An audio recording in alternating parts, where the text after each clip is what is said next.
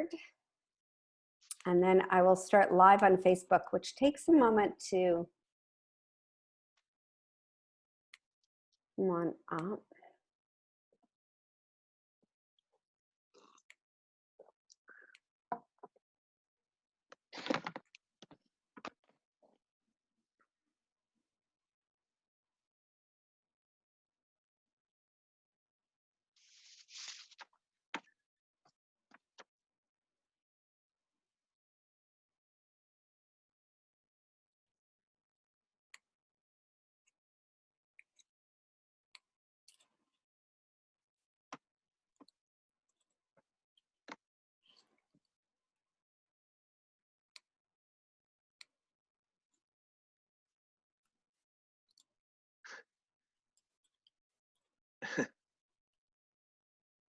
Looks like there's a 10-year-old that has control over someone's chat.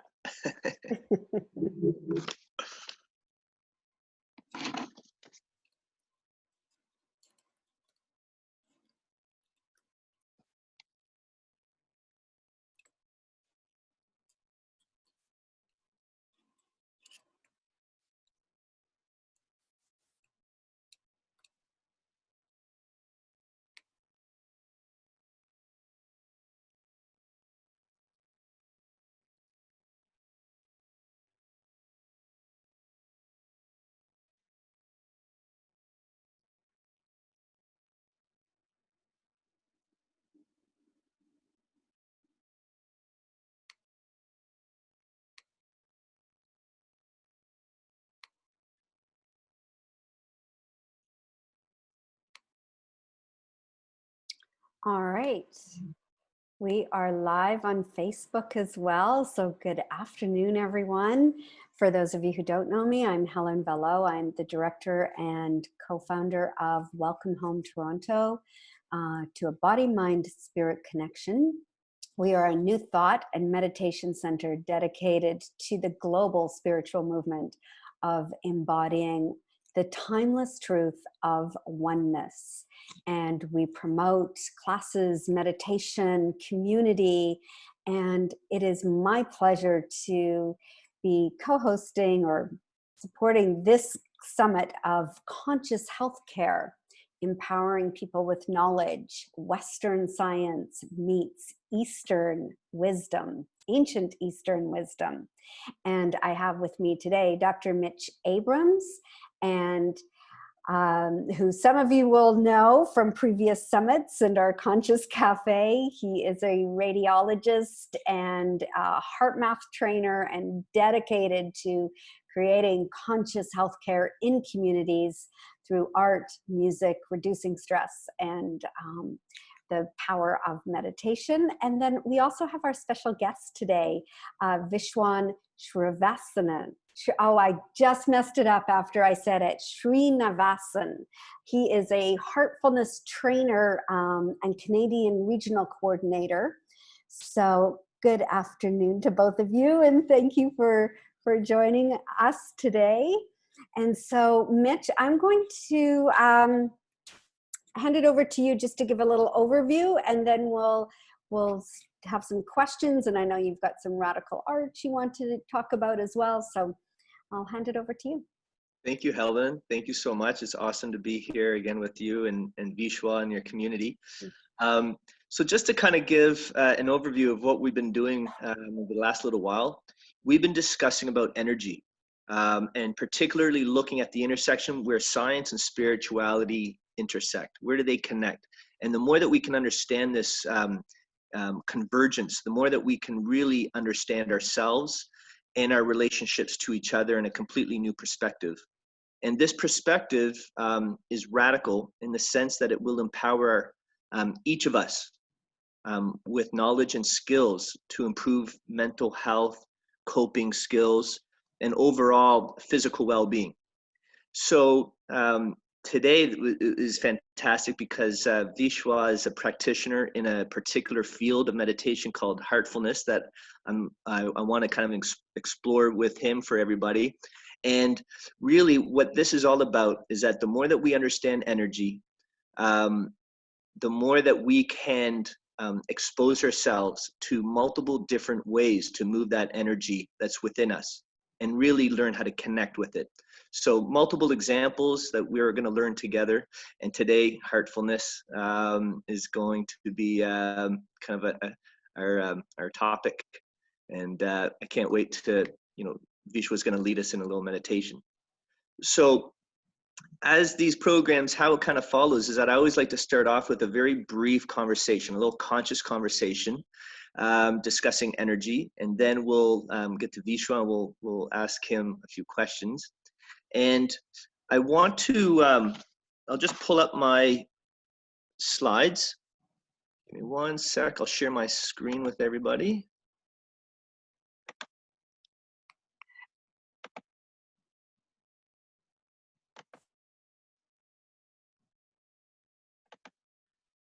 Okay, it's just gonna load. So for those people that are joining us today and has not seen the previous segment, I want to just say that this is a continuation of our conversation from last week. I'm calling this chapter 3, but really I'll give a very quick overview of what we discussed, but I really do encourage everybody to go back and look at the archived film. You can find it on Facebook on Welcome Home, and as well on my Facebook called NGH Solutions. And it'll give you a very clear understanding of kind of what we're talking about, particularly how to recognize this energy visually. So we're continuing with conscious healthcare. And today we're really going to discuss how do we use energy for ourselves and our communities. Essentially, if we're going to call this a roadmap, how can we now apply this, particularly in this acute crisis? We're dealing with such a high anxiety and stress, and certainly, there's no point talking about this if this is not going to be useful for people to use to help calm themselves and help provide coping skills. So just as a very brief overview, we discussed how this diagram is called a medicinal mandala, and it's basically understanding energy from both Western and Eastern perspectives. Modern science meets ancient wisdom. And you can see Einstein's looking at the centerpiece, vector equilibrium. It's a 1996 Nobel Prize, represents the perfectly balanced system of energy. And it really is a representation of Western science.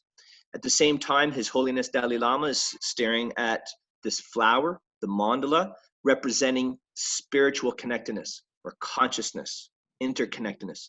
And you can see how these two diagrams, they flow into each other. They share a very specific energetic frequency or a pattern.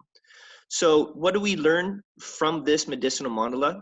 Well, we discussed how the mind is a muscle. There are very specific mental exercises that everybody can learn. And as little as 20 minutes per day over 2 months, you can actually structurally change your brain. And it has a profound effect on your mental health, your ability to think, your ability to focus, but most of all, just your ability to cope with life. I want to make that very clear. This is so practical. We all need to understand that the more you practice, the easier and the more powerful it becomes.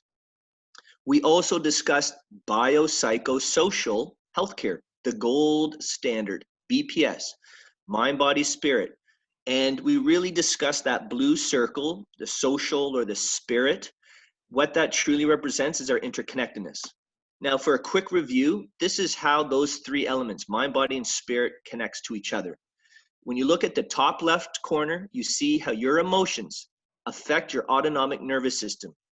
Your autonomic nervous system is controlling 90% of your physiology, and it's comprised of a gas pedal, which is your sympathetic system, or your brake, which is your parasympathetic. And these signals are going to your heart, and it causes your heart to change heart rhythms. So let's just quickly review heart rhythms. Here's an EKG, and you can see on the top, there are interbeat times, so 0.859 seconds, 0.793 seconds, 0.744. You can see that between the beats, the times slightly change. And on the bottom number, the 70 beats per minute, 76 beats per minute, 81 beats per minute, That is the heartbeat equivalent.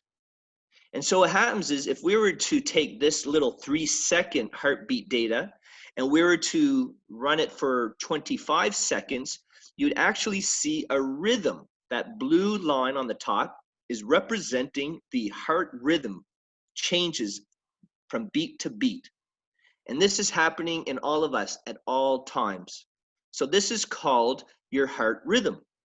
And how your emotions affect your rhythm, you can see on the top. If you're happy and you're engaged and you just, you're filled with love and compassion for life, you get a very nice, coherent signal.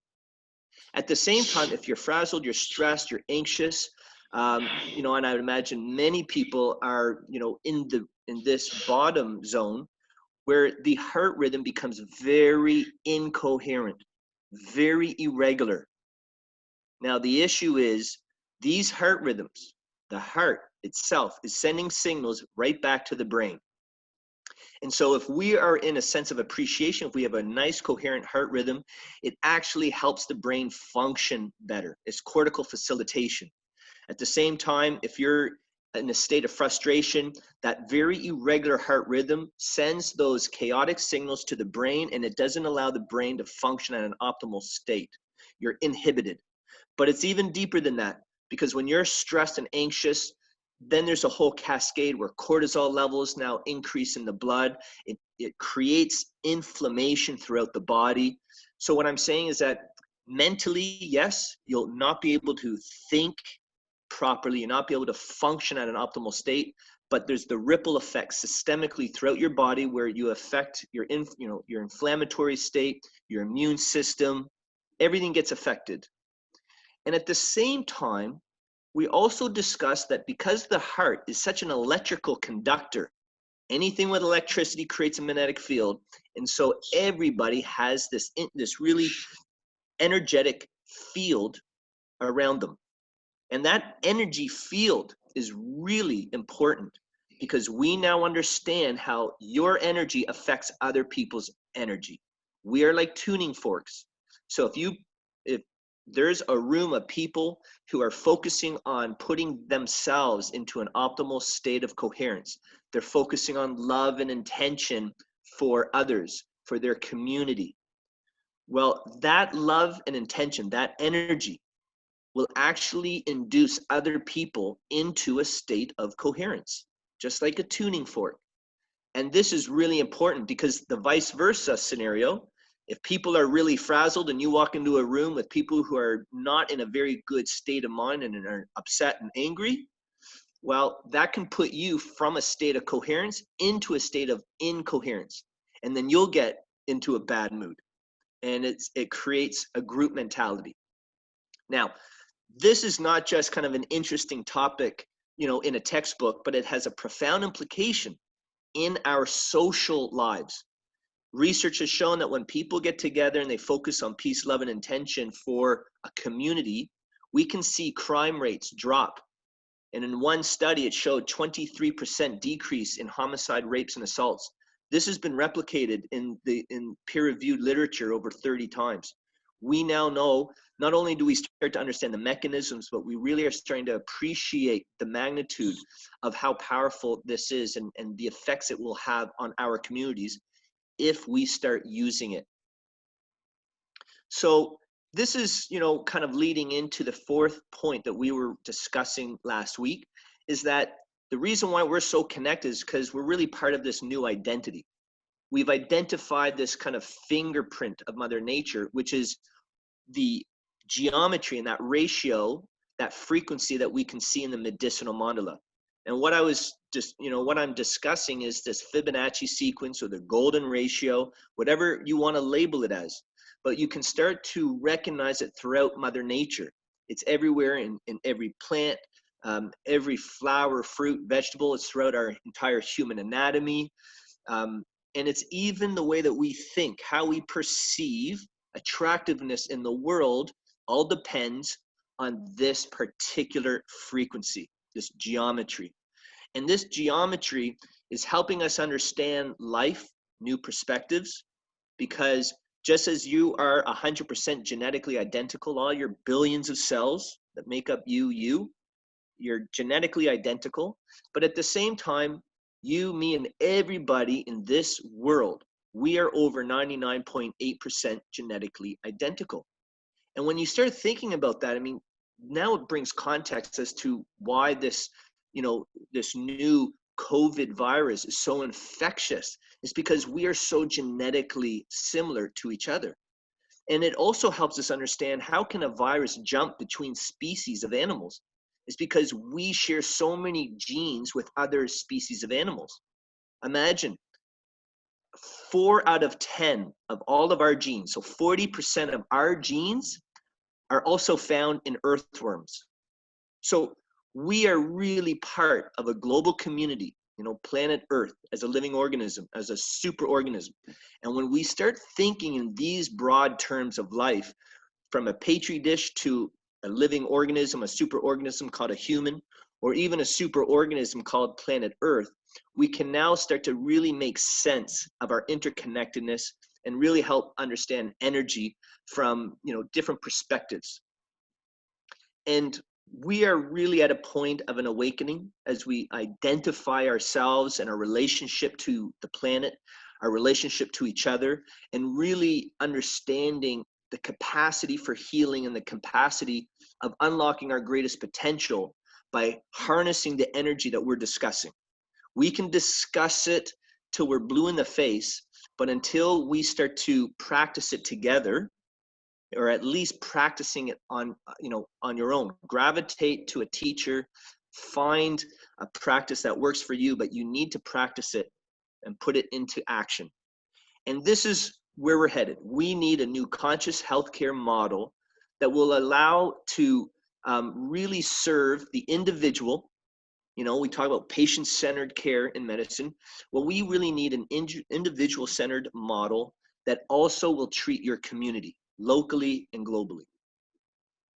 Now, before I kind of dive a little bit deeper into a roadmap, how we can actually put this into action, I just want to also point out that the geometry, what we're talking about, this energy, we now are giving Nobel Prizes to scientists in multiple fields, chemistry, physics, because they are leveraging and using this particular geometry.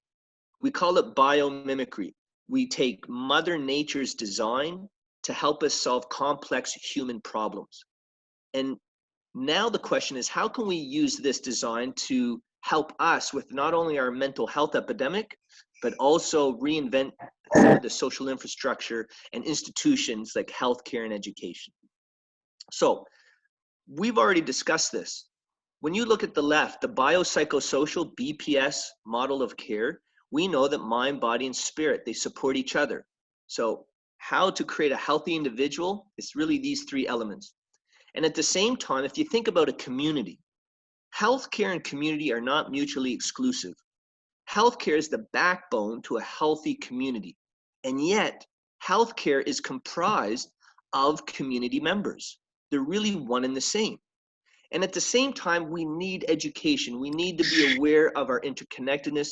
We need to be aware that our heart rhythms and our autonomic nervous systems, how they can all synchronize with each other through love and compassion, how we can affect social metrics because of our powerful intentions of love and compassion for each other.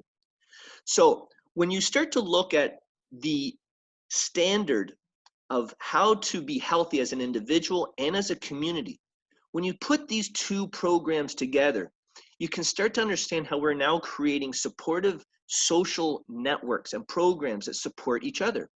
And all we're doing, we're using geometry that we understand is the foundation of synergy, symbiosis.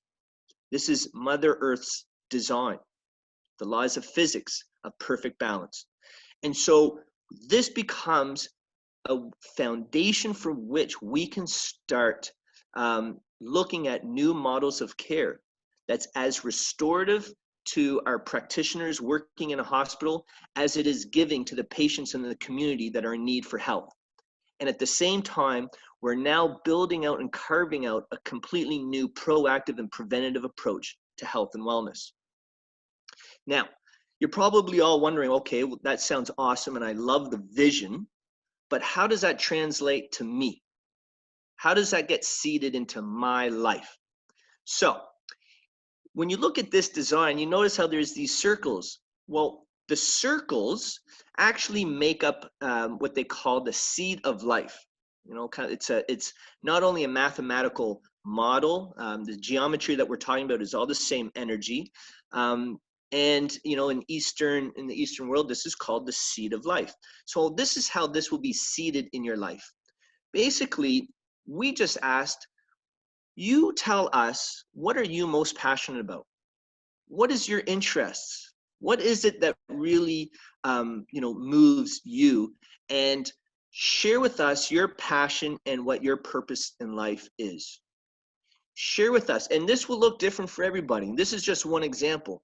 You can fill out 1 or 2 buckets, or you can fill out all 6, or you can fill out 10 if you like.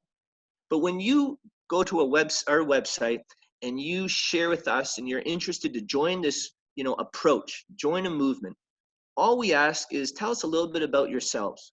Because what we're eventually going to do is, by using music and art to continue this conversation, to educate, to heal, because music and art is medicine, we can also inspire and start bringing people together. And what we're doing is we're really creating social networks and social ecosystems and communities of people to work together. And this is how we can start to understand how we can start bringing people together through, shared passion and purpose, and really start looking at more, efficient ways to engage with each other. I could spend a whole lot of time discussing our current status quo, our model of healthcare, the reactive nature, the burnout rates, the grinding hours. I'd rather not focus on, the problems. I think it's more important that we start addressing what the future can look like. So with that being said, I just created a beautiful vision. I just wanted to create an outline of what community can look like. But now let's just bring it back to you. The first step is understanding yourself and understanding yourself as an energetic being. You are a being of energy. And for anyone that, doesn't believe or, doesn't appreciate what I'm saying, just feel your pulse. Feel the energy of that pressure of your pulse and appreciate that that pulse is what's keeping you alive. Everything in us is energy. Everything is a form of energy. The food that you ate this morning is fuel and energy for your biological systems. So we need to understand ourselves in this new perspective, and we need to experience. Understanding and intellectually appreciating energy is one thing, but we need to experience the energy. We need to learn how to shift our heart rhythms from the red incoherent signal that you see on the left, and how we can train ourselves to shift towards a much more nice rhythm, a coherent state. And these are techniques that the elite athletes have been learning since the 70s. People are being trained in this. Not just now, this is not just for an elite class of people. The technology now is available, it's affordable and accessible to everybody. And this is why conscious healthcare is so important in this moment in time, to really leverage new knowledge and tools that we have accessible to us. And we need to understand how your energy and how you affect people around you. You need to understand our interconnectedness, how this relates to each other. I mean, imagine how your emotions are encoded in the magnetic field that surrounds you, and other people's hearts are receiving that information. And we can feel other people. We're affected by other people. Now, just to appreciate, what we're talking about is something that resides at the level of subconsciousness. What you experience through your heart and how your heart is being affected by other people affects you at a subconscious level, which then affects you, your behavior, or how you think, how you feel. And what I'm suggesting is that the more that we can bring this knowledge from a level of subconsciousness to a level of consciousness, to a level of awareness, this becomes extremely powerful for everybody. So, to help you see how we're going to now create fun ways and engaging ways and powerful, effective ways to approach health and wellness, I just want to introduce you to HeartMath. They have this really amazing device called Inner Balance. This is on the market. It's very affordable, and it's accessible. In fact, right here. It's a little device. This is a Bluetooth version. It can connect to your phone, your iPad, whatever it is, and you just click it on, and it can read your heart rhythms. And it gives you your heart rhythm in real time. So you can use this as real-time biofeedback. And we can learn together how to best use this technology. But the interesting thing is not just for your own self, but the Global Coherence app, which is a free app for everybody, that this app allows you to create groups. And people who have this device can actually see how your heart rhythms synchronize with everybody else in your group. Now, this is just as an example of the Global Coherence app, and you can see that in the left image, the medicinal Mandela tribe, you'll see that the daily totals, there's 3 different totals: my coherence, group coherence, and global coherence. So the app is now measuring not only your personal coherence, but your groups. And interestingly, as you create coherence, and as you are sending out this energy either for yourself or to a group, you're also sending it out into the global field. And hence the global coherence is really a summation of all, energy. If I think of it like a bank account, but instead of depositing money, I'm depositing something much more precious, and that's energy. And it's energy that I can use, my friends, my family can use in my group, but also the global community can use. And so programs that I'm going to be helping connect with will be teaching you how to best induce a coherent state, and at the same time, how you can now create groups and engage with each other in a group, and how groups can engage with each other, and ultimately how that will affect a global community. Now, I don't care if you want to label your practice. You can call it prayer, or you can call it meditation, connection. I don't care what you want to call it, but I just want you to appreciate that what happens to your brain waves and your heart waves, it's the same. Prayer, meditation, it doesn't matter. We're connecting to a higher self. We're connecting to a higher being, a consciousness, an energy, a love, God, Allah, whatever you want to label this, that's fine. But appreciate that by connecting to yourself, you're also connecting to everybody. We share the same soul. We share the same light. So the first steps is really about tuning in. And this is what the last, week or two have been all about. Having these conversations to help people tune into energy. And the medicinal mandala is just that. This is a way to help, the radio, the radio that we each are. We are each receivers, to help tune in to the frequency, the appropriate frequency, to help you understand yourself and our connectedness to each other and to the planet, to reality. Now, I also would love everybody to share their thoughts of love and intention with those who are risking their lives every day for us. As a healthcare practitioner, I can appreciate all the healthcare staff that are experiencing extreme stress, the extreme degree of work and what's expected of them in this time, in this crisis. And so I've been using cards in the last number of years with children, and teaching them about energy. And this medicinal mandala, this piece of art, when you color it, it actually shifts your brain waves into a therapeutic phase. It actually is calming. And so what we've been doing is we've been getting children.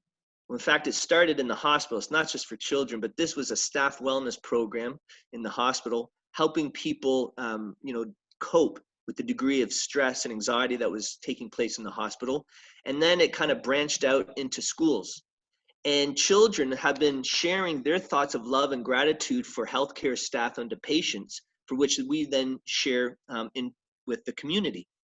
And so I invite all of you to download this card. And you can find it on our Facebook at NGH Solutions. You can also find it on our website, which is NEXGEN Health, nextgenhealth.solutions. And I invite you to color it and share your thoughts of gratitude, appreciation. You'll see it's a card. So again, you have something to say, please share it. And, hashtag, on Instagram, love is infectious too, love it forward, whatever it is that we need to do to get our voice and our intention out into the world. And by doing this, you're also helping tune in other people into this frequency. And this is something that we can all start working together. This is how we can tune in to a very specific frequency of energy. Now, how we're tuning in, we're doing all sorts of really interesting programs. So Radical Art, you can see this is from last week. I'm keeping a medical journal. And basically, as you can see, Radical Art, I'm keeping the numbered pieces of art and the working titles. And I'm also keeping track of the GPs, the guest practitioners who are describing these pieces of art, engaging in conversations, and who are providing these working titles. And on the right-hand column, the P squared, that's our power play. Every guest practitioner gets to choose one individual that they would love to see as part of the Radical Art to share their thoughts of art, discuss their vision of a future, and who ultimately will just bring a lot of attention and awareness to what we're talking about today. So Radical Art, I'll just say, is going to be throughout the week. And in fact, Vishwa, we're starting Thursdays at 5 p.m. And again, that will be on Facebook Live, and we're going to do it on Zoom, and we'll send out more information on that. And I know Helen and I, we've been chatting about also picking a day and kind of engaging with community where people will be able to call in, and we'll start really having deep conversations around our connectedness. At the same time, a week from today, on April 18th, now we've been doing all sorts of talking about energy. Now we went to experience energy. And on the 18th, there's going to be a few parts. Part 1, between 4 and 5, this will be for those primarily for beginners who may not have any experience with either meditation or any sort of energy work. Following that, from 5 to 6, there'll be a second part for those who are already meditating. I'll share with you just some of the tips and kind of interesting things that I've learned along my journey, particularly from some different swamis from India that I found really useful. So I'll share that with you. And then at 6 p.m., from 6 to 6:18, we're going to do a little activity called social coherence. And I will explain that through the week. Because I don't want to overload you at this moment. But needless to say, if you go to our website and you sign up, there is a radical gift that everybody will receive. This will be the digital version of the Medicinal Art of Mindful Manual. It's a manual that I created that discusses energy from both Eastern and Western perspectives. It also demonstrates a number of ways to experience the energy, and it's got a lot of fun coloring activities for children and youth, and even for adults. That's really leveraging this geometry. It's all focusing on shifting brainwaves. So that's all a fun gift for everybody. So I invite you to visit the website and sign up. Ultimately, we're going to discuss, I just need your help to help you. And I just want to take this last 2 seconds to say that right now, our healthcare staff is experiencing something that we've never experienced before. With such an acute crisis and extreme stress and anxiety, that we really need this conversation, and we really need to learn how to experience this coherence, particularly our healthcare staff, because even before Corona hit the scene, doctors were committing suicide at 40 and 50% rates higher than the community. Now you can imagine the degree of post-traumatic stress that's going to ensue from this pandemic. So I truly believe we need to get this to our healthcare staff. And again, I will share with you the plan of how each and every one of you can not only learn to embody this, but how you can help me help your communities, your healthcare staff, and frontline workers. So with that, just let's stay tuned. And again, please download and print your Love It Forward card, and let's just share thoughts of love and intention. And, we're going to start to raise the global vibration. So that's it for today. That's amazing, Mitch. Thank you. I'm actually going to invite the entire Welcome Home community to download the card, and that, each one of us do up a card and get that out there, take pictures and get it out there, and we'll post them on our Facebook page and on Instagram as well, because what a beautiful, beautiful idea. I love it. Thank you. It's therapeutic and just full of love. That's what we need to know. Fantastic. And I appreciate that you talk so much about how we can create more of a coherent energy, and that, this is so needed today. And you and I were, especially with the pandemic and what's going on, and people's lives have changed dramatically. And we were talking about this a little bit yesterday as well, as, there's so many types of meditation, and they're all fantastic. There's no right or wrong way to drop down into ourselves, to connect into our heart space, into consciousness, and to really shift our own energy. And like you said, it starts with us individually first, because we're not going to be any good at helping anyone else if we're not in that place of coherence. Absolutely. I love that.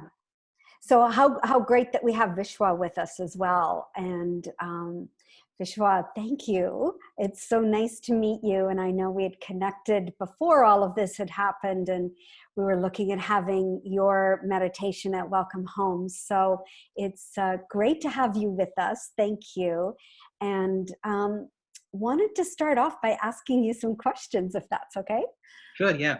Yeah. So first of all, why did you start meditating? How did you get into all of this? You see, when I was, I think 12 years old, that's when I started looking up to, having meditation as part of my life. But at that time, honestly, I had no idea what meditation was. For me, because the scholastic curriculum that I was part of was very competitive, and it was very cutthroat, and it was beginning to wear me out. So I wanted something desperate as part of my life to help me add that extra bit of the magical wings that I was looking for. Incidentally, one day, when the board exams that which is at the province level, the results came out, and then the top 3 people who had scored really well, there was a newspaper article that came out. In the interview, like, all the 3 toppers had one way or the other referred to meditation being something that they took up to cope up with stress. So I thought probably that is something that I should be adding to my life. And honestly, like, this what what Mitch was talking about, whether it is energy or consciousness, those were like too high for me at that time, and I had absolutely no idea what it is. I was very desperate that I needed a particular tool to cope up with stress. The stress that what Mitch was talking about, being the doctors and the the first responders, the healthcare workers, how much they are really suffering. It actually affects us all in different ways. So for me, it was wearing me out, and I was losing my balance. So I was trying out different meditation methods, and then eventually, when I was, I think, 18, I took up to heartfulness with the help of a heartfulness trainer.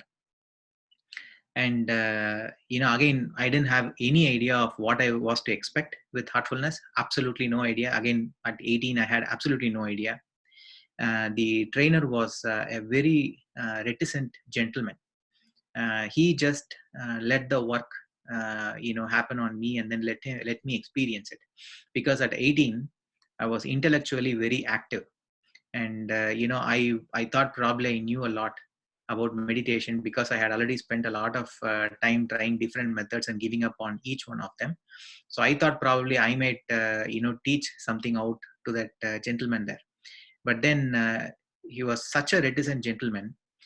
He didn't share much of the literature or any concepts of heartfulness, but he just made it very simple. He just made me close my eyes, and then gave me an experience of what heartfulness is. And the effect that it had on me was very, very profound. And that I naturally came up the very following day asking if I could have one more experience, just to see whether it could be replicated. And I had the same, but a very different, but in sort of a very deep experience as well. So that is how it started to prod me to take up to heartfulness. So that's a short story of how I took up to meditation. And so you've been meditating for how long now? I am 36 now. So more than half my lifetime I have been meditating, I would say. Love it. Love it. Thank you. Awesome. I'm going to pass it over to you, Mitch, because I know you have some questions as well. I just want to say I love the fact, Vishwa, that you came at this as such a practical. I mean, this was all about practicality, how to cope, deal with stress, and ultimately you want to succeed in your studies, in a competitive environment. I just find that really fascinating, because all the research shows this. I mean, it's clear as day when you look at the research, how profound and exactly what you're speaking to. So I thank you for sharing that. I just wanted to get your opinion, because there's something that you had mentioned, Vishwa, when you introduced me to heartfulness. You were talking about the energy center of the heart. And I recognize that part of the process of focusing your attention on your heart space and maintaining that. But you had mentioned that the heart space is an energy center that's related to creation and creativity. Can you kind of share a little bit about that? Because I find that just fascinating. You see, this entire dimension of heart, science is catching up to it only now. But even if this heartfulness, if you were to look at it, that's a very, very ancient wisdom, which was practiced in the Eastern culture. I'm talking about thousands of years ago, that it was actually practiced in the Eastern culture. People were very much aware of what resources are available in one's own inner heart, that they can just simply tune into and tap into. Life was not as busy as what it is now, that the mind is so wandering now that we have sort of lost the connectivity with our own inner center.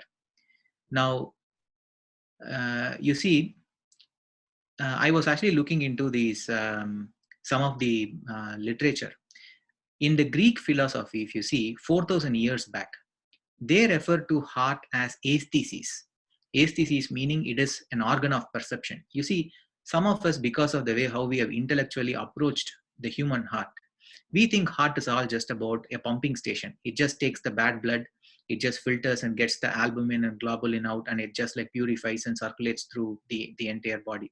That's all what we think the human being's heart is all about. But there is much more beyond that. If you look at it, when let's say your mom becomes pregnant, and when they do the ultrasound, the first signs of life that you can find in a woman's womb is through the speck of heartbeats. That's the sign of life. And if you really see, even if a person like slips into a deep coma, and as long as the heart is beating, even if the other faculties fail, the doctors would still call that person to be in a vegetative state, but they wouldn't declare him dead. So if you see, the first sign of life is the speck of heartbeat, and the last sign, that something that the modern medicine can use to say if a person is clinically dead, is the sign of the heart, whether it is functioning or not. Now, something that what we have to really pay attention to is, from that time that the life conceives in the mother's womb, all the way towards the end when the life stops, the heart doesn't skip a beat all over. It just keeps going on all the way. Now, something that what we have to really pay attention to and think is, these small mobile phones that we all have, if you see, if we plug it into a source and charge it through the night or in the morning, it'll come through the entire day, or maybe a day and a half, depending on our own usage. But after that, you still again have to go and find a source and then connect your mobile phones onto. Otherwise, it'll be dead. If a mobile phone which is of this size, if you have to keep connecting it to a source to keep it working, we will have to think about our own inner dimension in the field of heart, which doesn't skip a beat from the time that the life got conceived in the mother's womb, and it just keeps moving on. Now, the real question should be, what is our heart really powered onto? It is connected to a source which is right within, that it is powered onto, that it just keeps it going on. The one that what Mitch was just talking about, just feel your pulse and you feel the energy that actually keeps you moving. In the ancient wisdom, they call it as prana, which is the life of the life, the breath of the breath, which keeps it moving. So that much, the resource is very much within the heart. Now, if I was also looking at HeartMath, interestingly that Mitch brought this about. I think in one of those papers or the articles, they had mentioned that, when they measured the electrical field that comes from the brain waves and also from the heart, the heart ones you can measure through the ECG, the electrocardiovasculogram. Whereas if you were to look at it with the brain, they actually measure it through electroencephalogram. What they find is the energy field, the electrical field is much stronger, the one that comes from the heart, than several times. I think if I'm not wrong, they mention it to about 60 times much stronger than what comes from your own brain. And there are also several other studies which say that, the heart has its own a little brain inside and has its own nervous system inside, that there is always a two-way channel of communication happening with our cranial brain and also the heart brain inside, that the cranial brain sends, through this, I think the second or the third slide Mitch showed about how the signals go through the the nervous system to different parts of the body. If you see from the amount of information that goes from one person's heart to the brain is much higher, much stronger, far more than what the cranial brain sends to the entire body. So that much resources and that much power each one's heart actually has. So it will be only to our own benefit if we can tune ourselves into our own heart every single day to tap into that source. Talking about energy, that what Mitch was also talking about, there is also some references in some studies where they say that from a human being's heart, the energy field that stretches outside is it goes omnidirectional for several feet. So several feet I'm talking about. You would have heard about these, these pranic healing, those kind of healing methods where you don't have to touch a particular person. There is no invasive healing methods or medicines or whatever. Just with the mind and the mind body connection, that what he was talking about, Mitch was talking about. It's basically through this energy field that a person is able to connect with the other person. It is from the heart to heart the person is able to connect and able to give whatever he has to give. It's very natural. We would have all experienced this. Whenever we have gone closer to a person, we would have felt whether we are at ease or whether we are at an unease. We would have felt like we sometimes enjoy company with some people and we would like to be with some people. With some others, we would really feel, no, I have to move away from this place. This is not for me. It's all coming from one's own heart. The heart gives very, very clear indications of what is right and what is wrong. But if our mind is very wandering and clouded. So mind is not able to pick up these signals which are coming from our heart. So that is something that what when you dive into heartfulness, you will be able to practically experience those things in your daily life. I don't know if I answered your question or not, Mitch. No, I thought it was great, and and I love the fact you're talking about how you express that the body, we're kind of like batteries, these biological batteries. We only have so much energy, and we need to learn how to recharge our batteries. And the other thing I also found fascinating what you just said was that the capacity for the body to heal itself. I mean, we all recognize that we have healing capacity, and we're now learning how we can start to stretch that the limits. And what we used to otherwise think was magic, not possible, we're doing today.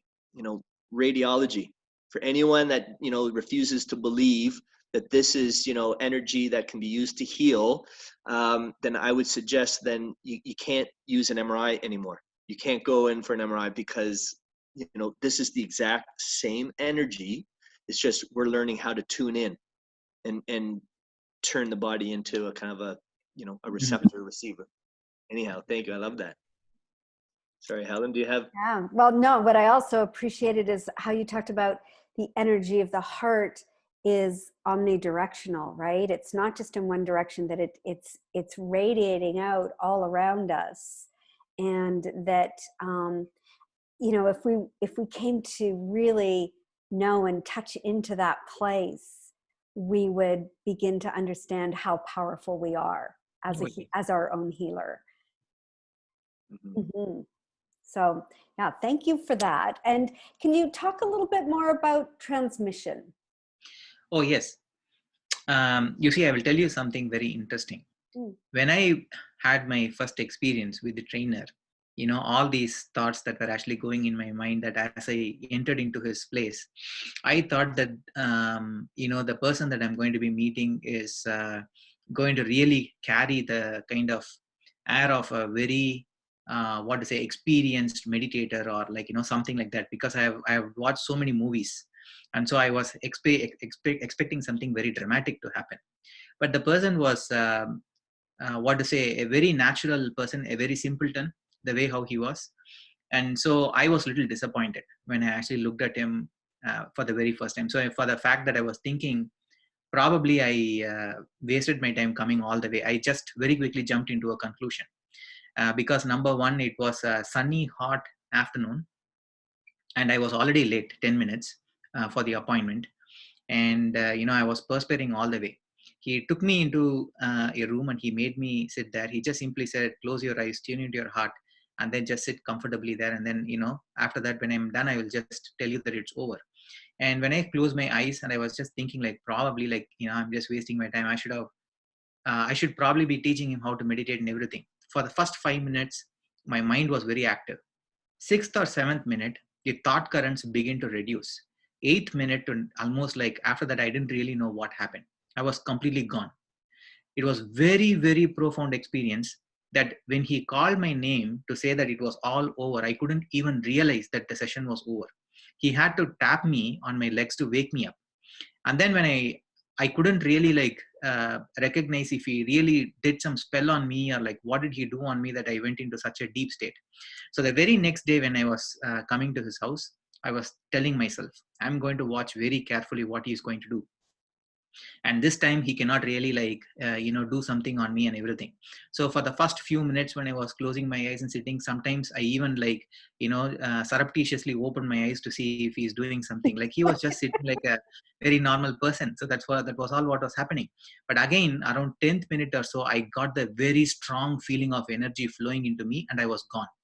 So it was something very practical. It started to really touch me. And then when I was through several years, started to my experience and then the knowledge, when it came together, I realized and I really appreciate the way how transmission works. You see, transmission, very simply put, it's a very profound energy that comes into play in the science of heartfulness. So Mitch just spoke about how each one of us are just like pieces of energy. And we are all energy, we are all interacting in a field of energy. That's all what we are really doing.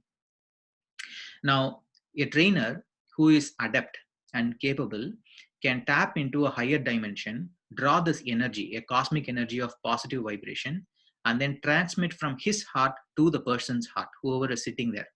Now, what does this energy do? Once the energy goes inside a person's heart, it's in the field of consciousness.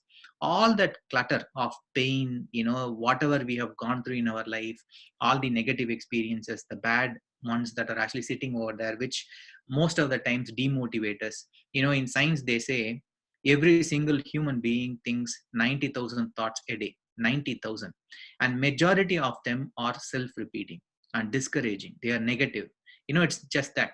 Now, where are all these things like coming from? What's the root source? These are what we call as impressions, which are collected in the field of our consciousness. This energy, when it goes inside the field of consciousness, it begins to start to clean those things off.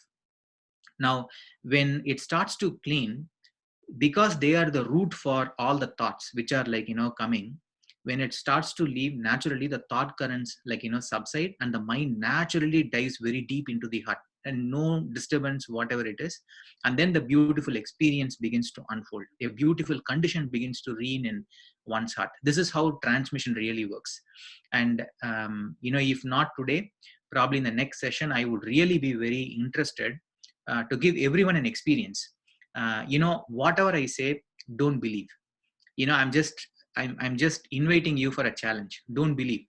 Come with a very open mind, with an open heart, and in your own laboratory of the heart, have an experience of it and see what it means for you. For every person, it unfolds in a very different way. If it is something really touching for you, then if you like it, we would be very glad to help you to take you further and assist you in how you can practice this further. Wow, that sounds incredible. And there's, that moment. First of all, I've got two thoughts going on in my mind at the same time. First of all, the beginning of your story was so sweet and delightful, and just this purity to it of, here you are kind of checking this guy out, and is he for real? And I loved that.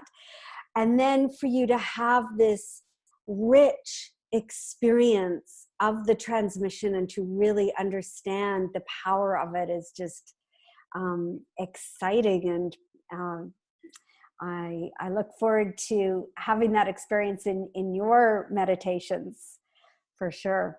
So thank you. Well, I'm looking forward to it too. Yeah. Maybe Vishwa, the Thursday at 5 p.m. we were going to do some radical art. Maybe we'll tack on for everybody. We'll do. You'll lead us into some heartfulness. Definitely. Why not? That'd be nice. Yeah, I'd love it. And something that you had said is just really fascinating, because the heart, what we call now the heart brain, in medicine now we call it neurocardiology, and it's true. We actually now understand, we have identified brain cells in the heart. The brain cells function in the exact same way as they do in the brain. And they're constantly sending these signals up to the brain. So what we're experiencing, what we're conscious of, so much of it is rooted in the heart, and so I just find heartfulness is just so practical in the way that we can understand and really reference what the emerging Western world is now showing us. So Western science is finally catching up, to heartfulness, thousands of years that they've been practicing. I just love that. It's fantastic. So we just have a couple of more minutes, and there's one piece of art that I want to get both of your opinions on. But I just could you just give us, a minute or two, just explain the vision? I mean, heartfulness has a vision that's so beautiful for humanity. And I just think it was just really like you just to kind of talk about that for a few minutes. Sure, yeah. You see, the heartfulness, the primary goal is to provide tools and techniques for each one of the person in this planet. So each one can learn how to lead a life which is centered in one's heart. Very simply put, because of the way how the heart has infinite resources, when the mind centers into one's own heart, one will learn how to lead a life of balance, of equipoise, of equanimity, of a state of such a sort of a poise that what I will tell you is, when somebody practices this heartfulness, whenever they finish a meditation, they will feel a sort of a condition that actually develops in a person's heart. The more one person with regularity begins to practice, what they will find is the condition becomes very strong, that it begins to radiate or ooze out in every single activity, in your thought, the way how you talk to people, how you communicate, how you engage with people, whatever you do, the details that you are actually like picking, everything you will find your heart is playing its part. And the awareness that you begin to have of how much your heart is guiding you in your everyday's life, it's a matter of self discovery. And that is something what heartfulness is all about. And the beauty, the way how the system has been designed by the teachers of this heartfulness is, it's all completely offered for free, no money whatsoever. The trainers, whoever have felt touched by this heartfulness and this practice in their life, practically feeling the changes whatever they have seen in their life, they take time out of their own lives and they give it. They volunteer, they give it. But they all have their own daily jobs, whatever they have to do. They still have to balance, whatever happens for you and me, all those things all the trainers will have to do. But in addition, because of the kind of change that they have felt in their life, they feel that there is a moral responsibility that they have to give it back to the community. And like how, like Mitch, you, or probably Helen, you with the welcome home you're doing it, it's the same kind of a noble intent that heartfulness is also pitching. So already, like, you can see that there are more than 4 million seekers who are around the globe in 160 countries who are taking up to heartfulness. And there is a lot of things that's happening in heartfulness, which I would be very happy to share with you in the upcoming segments. Fantastic. Fantastic. Wonderful. Just before you move into the art, Mitch, I know Rhonda Page had a question about the name of your Facebook page again. Sure. It's NGH, so it stands for Next Gen Health, so NGH Solutions. Solutions, because you can download the mandala there, correct? Yeah, if it's not up right now, then it will be up like within an hour. Okay, great. And then Michael Leitman also had a question. So I'll unmute you, Michael, and you wanted to ask your question. I think I'm on, let me just see, what am I doing here? I have to go over here to unmute you. Okay. There you go, Michael. Hello. Hey. Hi. It's very nice what you guys are doing, putting everyone together like this virtually and communicating about what really matters. And as I'm listening to you guys speak, it's amazing how you're in a different part of the world than I am right now. But in my village where I grew up, it's basically the same message. Obviously, some of the words that are being used are a little bit different to identify the message. Like, for example, you guys are discussing the brain and the heart. Where I come from, we call it the point in the heart. We see it the same as you guys are describing it, that there's sensors, and these sensors have the ability to connect to the source, and that these sensors have the ability to reveal things in this lifetime, in this world, as we see that it's being revealed around us in the outside world as well as inside of us in our inner world. And I think that the bottom line here really is that no matter which way we look at it, and we've been looking at it for thousands and thousands of years in different wordings and different definitions and different languages, it all comes back to the same source of our self-correction with one another as human beings. Because everything else around us in the outside world seems to be perfectly designed and knows exactly what its role is. But the connection that we have within one another is something that the source is in need of for us to correct. And yes, we have different levels. We all come from that same source, but we all have different levels of awareness through that point or that brain in the heart. But it's interesting as well as how you define the connection with the mind as it comes to the heart as well, because it's clear that there's levels of measurable levels of the connection there, where you can take that source above reason, or you can keep it within reason, or you can act below reason, and that's your will, your choice. But in the end of the day, I still believe that the bottom line message here is interconnection between one another, so we can reveal in this lifetime, in this world, that the goodness of the good source that brings it all, right? Mm-hmm. Yes, thank you so much, Michael. And where are you from?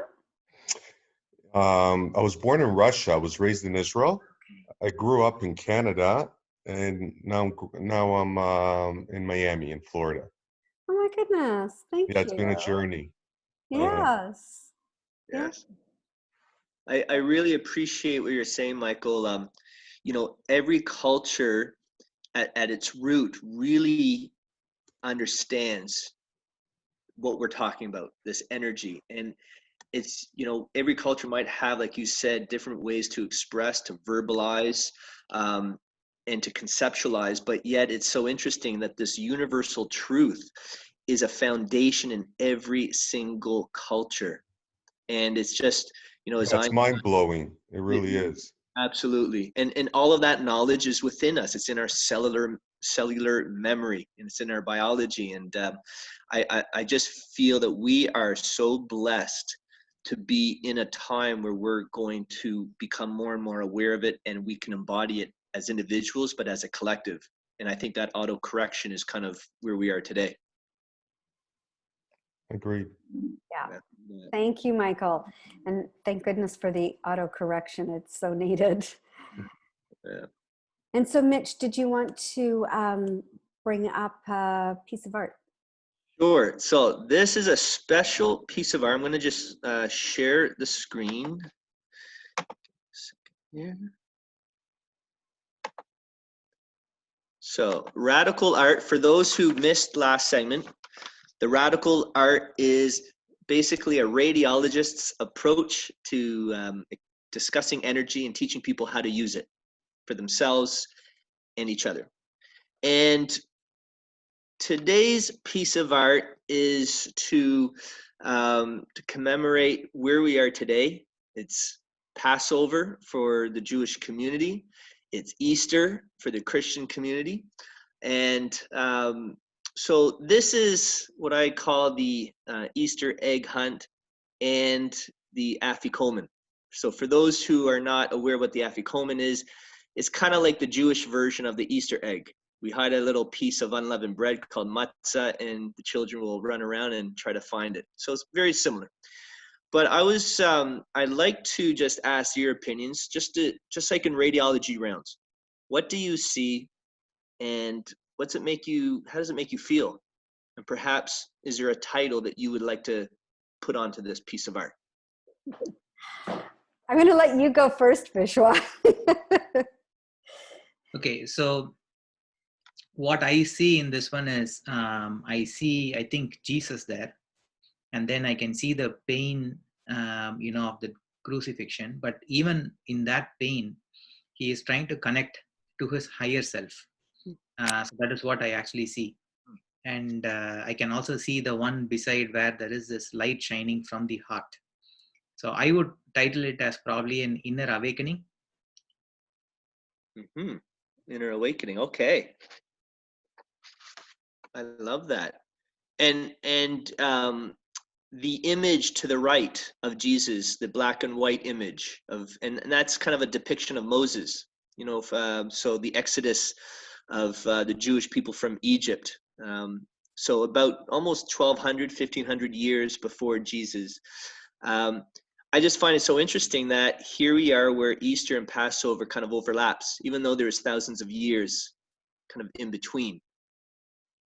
And for me, it's almost like a cycles of energy, because that's each moment, either Moses or Jesus, were times where the collective consciousness really awoken to a higher power, awoken to salvation and redemption, through self, through kindness, through love and acceptance, which I always find very fascinating. So. Well, I think it's also fascinating that, you know, in this one you have the red cow with the light in the center of the forehead there, and then behind it is also the person with the light shining through their heart space. So not only do you have Passover and Easter, you have the Hindu tradition, you have the tradition of the heart, which is, I think, goes through all traditions anyways. And yet you still have that steam train going through the engine that is driving things, and yet is it driving things? Because it can't drive things any longer.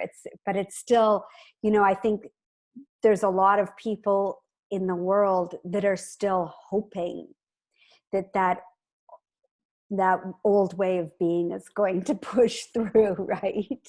And it's probably not going to happen in the way that it was. Who knows what it will look like. So I think that's kind of interesting that you still kept that in there.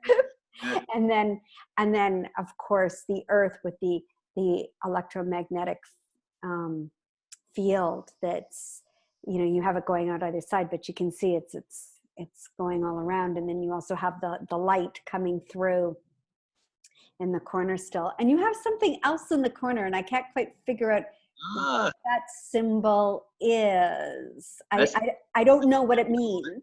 That's the matzah. That's the that's the matzah. Okay. You got an eye like a radiologist. You said that to me last week. I'm going to start a new career. No, I'm not. But yeah. Okay, so I wouldn't know that was the matzah, but I did notice that there is something there for sure. Awesome. Yeah. Can I say, I love that you kind of picked up the red calf and this kind of golden, this angelic figure holding their heart with light. And that to me kind of represents this moment where science and spirituality are now converging, and we're becoming aware of it. We're becoming aware of the true God self, this self-actualization where we each can connect to a higher power. Mm-hmm. And I feel that this moment in time, you know, is kind of like a part of the cycle of our collective consciousness that, you know, was part of the awakening at times of Moses, the awakening at time of Jesus. And now this is our moment of awakening. And as you rightly mentioned, the cow with the kind of the third eye, the mm-hmm. Hindu, that, you know, represents the consciousness. But at the same time, in scriptures, in ancient scriptures from the Old Testament, from the Torah and Kabbalah, they talk about a red heifer, and a red heifer is a red cow. And they discuss that the red heifer is representing that when it becomes, when it is presented to the world, when the red heifer eventually shows up, that is the spark for what, you know, what they've been discussing for thousands of years, the Messiah. And the Messiah is not about a person. The Messiah is about a global awakening, a global consciousness that allows us to shift into something, you know, very powerful as individuals and as a collective. Well, and so now it makes sense to me also why the steam engine is where it is, because it's actually on a lower level of consciousness, and this new consciousness is rising above it. It's transcending what was. I love that. Yes, yeah. I love that. And you see in the smoke, in the smoke of the train, you can see a little COVID. And, you know, at the end of the day, the tracks for which we've been kind of the system that we've been engaged in, you know, kind of a survival consciousness of you versus me. You know, unfortunately, I just don't see that there's much track left. And if we continue down that path, this coronavirus is just the first jab. And I think we're going to be in store for a lot worse if we don't tune in and make a decision on making change. Mm-hmm. Mm-hmm. Yeah, cool. I found the Easter egg. Oh, you did? I did. It's right behind Jesus. Okay. So Helen, I need to know, what would you title this as? Okay. I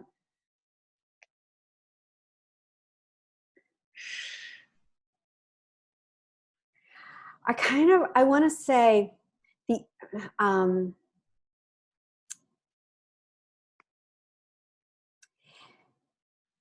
okay, I'm not coming up with the right words, but it's like the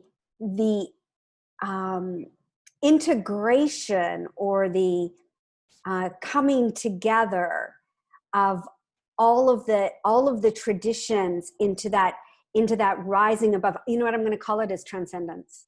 Transcendence. Yeah. I love that. Okay. I love that. That really, yeah, that resonates. Yeah. Okay. And I just want to say, someone else, Lata said, love the train, where in order to move forward, we have to get over the past karmas. In other words, I would call it as surrender to higher source energy. Yes. Thank you. Beautiful, Lata. Helen, Yes. After this, can you send me a text with her name and her suggestion, and I'll also record it and I'll log it into the medical journal. Yeah, and Rhonda Page talked about the search. She titled it the search. So yeah, I will screenshot all of this and. Awesome. Okay. Now, and just to reiterate, because I know we didn't talk about, but the fact that we talk about this, not only are we learning, but our brains are rewiring in very specific areas that are involved in empathy and compassion for each other. And so this visual thinking strategy is a very powerful tool that we're learning, we're healing, and ultimately we're really inspiring each other through this process. So I just want to kind of bring that to attention. That's why it's so radical. I love it. That's so cool. Very cool. Thank you. Thank you. So the next session is on Thursday, correct? Yes. April 15th at 7 p.m. Yes. And that's when you, Vishwa, are going to also lead us through heartfulness meditation. Yes. Vishwa, you good with that? You good with that? Okay. I know you're saying yes, Mitch, but I want the buy-in from Vishwa. Oh, yeah. Since you're going to be the one that leads it. Fantastic. So, yep, all of that will be out and you'll receive notification of that. And it's wonderful. Thank you. Thank you very much. And again, just to share, please, everybody, if you haven't known, please download, print, and color, share your thoughts, share it on Instagram, and let's get the word out. Let's tune in together.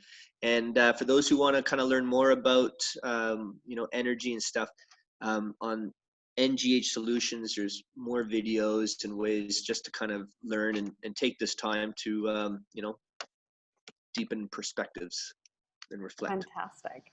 Thank you. Thank you. Thank you, Vishwa. So much. Yeah, thank you so much. It was really very, very, very good presentation, Mitch. It was very impressive, very, very compelling, I would say.